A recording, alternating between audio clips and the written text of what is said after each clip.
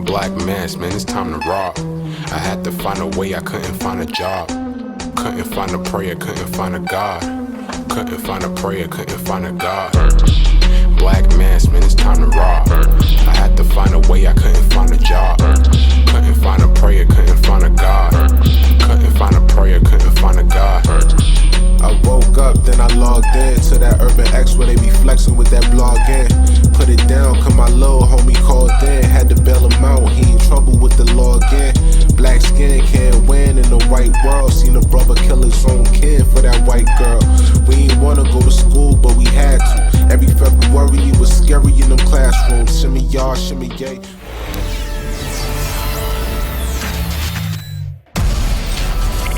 Back to Urban X TV. I am Malcolm. Before we get started, I want to remind everybody to subscribe, hit the like button, and hit the bell button so you can get notifications for future videos. So today I have a very special guest. I am joined by the mother of Amadou Diallo, Kadiatou Diallo. How are you? Fine, thank you, Malcolm. Thank you for having me. So I wanted to go back to the beginning a little bit. I wanted the people who are not aware of your story to get a little background on who you are. My name is Kadiatou Diallo, short name Kadi. I'm the mother of Amadou Diallo. Amadou Diallo was the young man who was gunned down on February 4th, 1999 at 1157 Wheeler Avenue by 4 New York City police officers who were on civilian clothes, driving unmarked police car, and they saw my son coming at night from a store where he went to buy food. He was coming home. He had opened the door, the first door, entered the vestibule, and so with gun drones, and those officers came and fired 41 shots at my son. For those young people who don't remember or even know, aware of the case, it was one of the biggest high-profile cases in the American history that echoed around the world. And those 4 officers were indicted for murder. The trial supposed to be in the Bronx, but then they changed the venue, and the trial was thrown at Albany, where I was told that no police officer has ever been convicted for a shooting case. So the police officers were acquitted of all charges. So now with the advent, it was no social media back in 1999. So with the advent of social media and what you're seeing now, a lot of people have the misconception that what's happening now when cases like Mike Brown and things like Philando Castile are new. But what you guys just heard was this story happened in '99. And this was not new. So how have you been able to hold up 21 years later? As a mother, is a commitment and sacrifice. First of all, my challenge was when my son was gunned down, I was living in Africa, in Guinea. I had to travel to cross the ocean to come to New York City and stand up for my child, because my son was portrayed as this insignificant immigrant who met his destiny on the tough street of New York. Nothing was farther from the truth. I had to come out and speak on behalf of my son so that people will know who my son was, and to put a human face to the name. Remember the headline? I don't know. I don't think you were. You were maybe like 5. Yes, people do remember. The headline was "The Street Peddler," because my son was selling on the street, saving money for college. That was the stereotype that was tagged on my son's name. He's 23 years old, right? Yes, he was 23 years old, and this is 21 years old. Like you said, there was no social media at that time. Living in the U.S. since then, fighting for justice and supporting other families, that's how I was able to cope and to survive and to carry on. My son didn't get justice. Sadly, after him, so many people were gunned down by law enforcement, those who are supposed to serve and protect. Right. You mentioned Michael Brown. Yes. You mentioned, we know Eric Garner. Right. We know Sandra Bland. Right. We know all these victims, Oscar Graham, we know Mohammed Ba, we know Ramaleh Graham, we know Eric Garner, we know all these victims. Anthony Byers happened before Amadou. So this is a humanity problem, humanity issue, because we need to be respected in our communities. We need to have equal justice and respect and dignity from those who are supposed to protect us. This is why it's a long journey, commitment and sacrifice. We don't want people to forget ever our sons and daughters' names, because they died so that they can raise awareness on what is happening in the criminal justice system, what is happening in the law enforcement. We don't attack all the law enforcement community. We know that there are a lot of people who are doing good jobs, but some of them, where we are colliding with the system is because those who do wrong are not held accountable. If they are held accountable, then at least we can have a balance. Then we recognize those and celebrate those officers who are doing good job, and then we condemn those who are taking innocent lives. That's the problem. So we're at our Bronx Community College right now, and this is the 7th year of the Amadou Diallo Youth Commemoration. So what brought this about? Like, what inspired you to hold this for 7 years now? I thank Jean Adam, who is someone I knew since we set up this Amadou Diallo Scholarship at BCC, because after the settlement, I wanted to do something for Amadou's legacy through his aspiration for education. And so we set up the Amadou Diallo Scholarship through the Amadou Diallo Foundation. And we managed the scholarship here at BCC, and we benefited, the scholarship benefited to young people who are in college who are struggling financially and cannot be qualified for any other type of grant. Sometimes they're immigrant, they don't have documents, but they still need help. And ever since I connected with Jean Adam here, we started the scholarship, then we celebrated Amadou's life with youth empowerment. The youth today are learning. Amadou, early on, as I spoke moments ago, he was ahead of his time. He loved computer, he loved music, he loved hip-hop music, and he was, that was his life. What a beautiful way of celebrating his life with young people who are doing the same today. And math and science, and music and arts, everything together, combined together with these young people, uplifting my heart and help me to heal. So I see you're the president of the Amadou Diallo Foundation. What does that foundation do, and how has that been important in preserving his legacy, preserving his son's legacy? Yes, the Amadou Diallo Foundation was established. I created the foundation in order to help others in Amadou's name. His legacy will be carried on, will live through the foundation in America and both in Africa, because in Africa we have set up a computer lab to help young people in Africa, in Guinea, my country origin.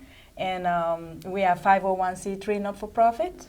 And the money that we can receive from people who are helping us can help us to continue to give the scholarship out and to support this education initiative that we have set up, started in Africa.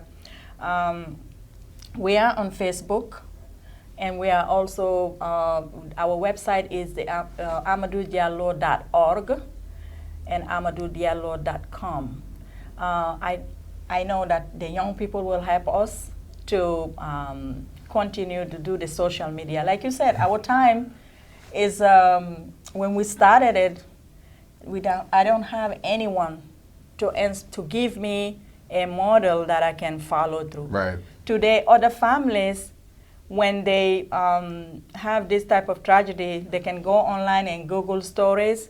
Maybe they'll come up with one of my speeches or come up with one of my interview, and based upon that, they can perhaps use that to help them. But for me, my time, it was challenging. Right. To tell you the truth, it was challenging. Even now, when I think back, I surprise myself even. But I know why I was able to carry on. It was because I was supported by many people in New York City and around the world. Many people prayed, many people supported us.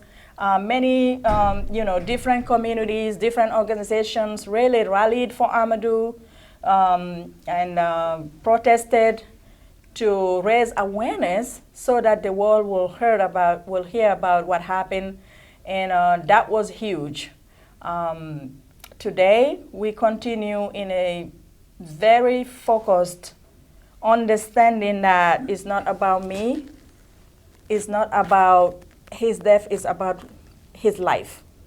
So this is why the foundation is very important to me.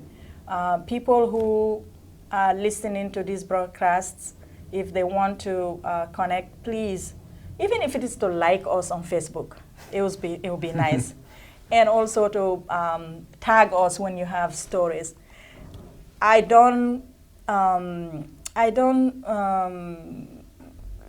Nothing is less.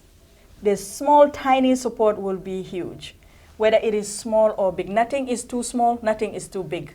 Like 3 days ago, I was standing with Spike Lee. We took a picture with him and Amadou. He posted that on Instagram. Instagram, it was like 12,000 likes in 3 hours. Today, I'm sitting with Malcom, who have his podcast today in New York City. I know you have the bright future too. Thank you. So we have to support whether it is small artists or big one, because that's how our nation, our culture, our society will survive. We have to link our hands and understand we are connected. We have the same roots. We are from the same origin. Yes. So my final question, because we just crossed, today is February 8th, we just crossed a few days past the anniversary of this tragic incident. I wanted to know what your advice would be for somebody who's been through this type of trauma, because even though it's been a long time, I'm sure that pain never leaves you. And I wanted to know, because a lot of people within our community have felt the trauma of losing a child and just the trauma of loss in general that wasn't supposed to happen. So I wanted to know what your advice what your advice would be to those families out there. That's a very, very good question, and also a very good point that you just raised.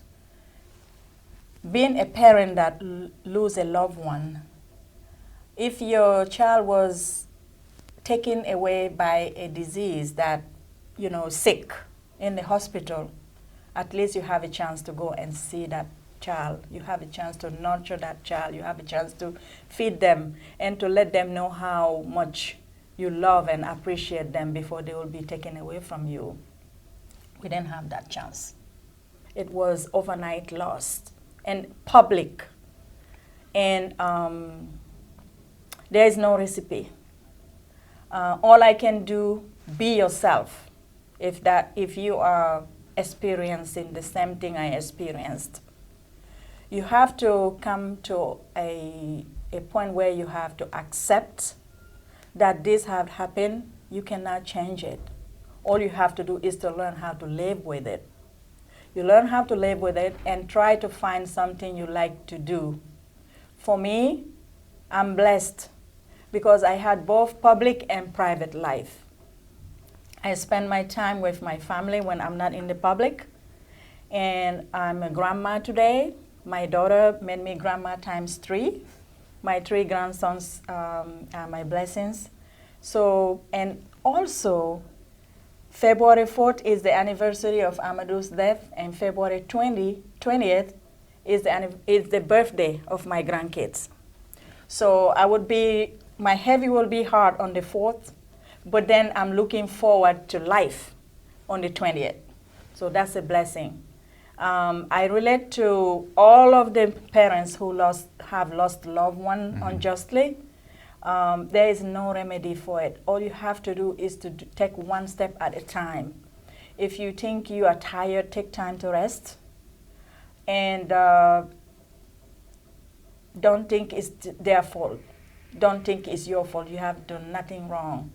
And don't feel guilty about anything. If you feel like not doing anything in public is your right. Because no one will know what you're going through. If it's feel right, come out and speak. If not, then take rest. Because after all, you have lifetime to go through the memories of your loved one. Because until you die, you join them, you still have time to do something beautiful for your loved one. I think I was reading recently something that really helped me a lot. Because I published my autobiography in 2003, and the title is My Heart Will Cross This Ocean. I laid down the foundation of our journey, Amadou and I. So writing has helped me a lot. I published the book and it's on record. If somebody want to read about Amadou or his heritage, you can see it. You can find it online and you can read it. At the same time, speaking had helped me a lot.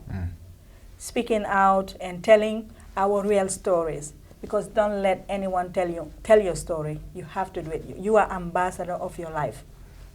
And another book I came across is on something else called Unsinkable. And when I read that quote, they said, if a tragedy happened, you always feel sad. You always want to maybe give up. But if you turn it around and say, it doesn't happen to me, it happened for me, then that will help you. This is helping me to think about, it didn't happen to me, but it happened for me because I'm going to do something to build my son's legacy. Yes. Okay, thank you so much. This was great. We really appreciate you taking the time out and sitting with us and sitting with the people who watch us. Thank you so much, Malcolm. No problem. So with that being said, I'm Malcolm. Thank you for watching. Don't forget to subscribe, and we'll see you later. Uplift all the victims. Yes.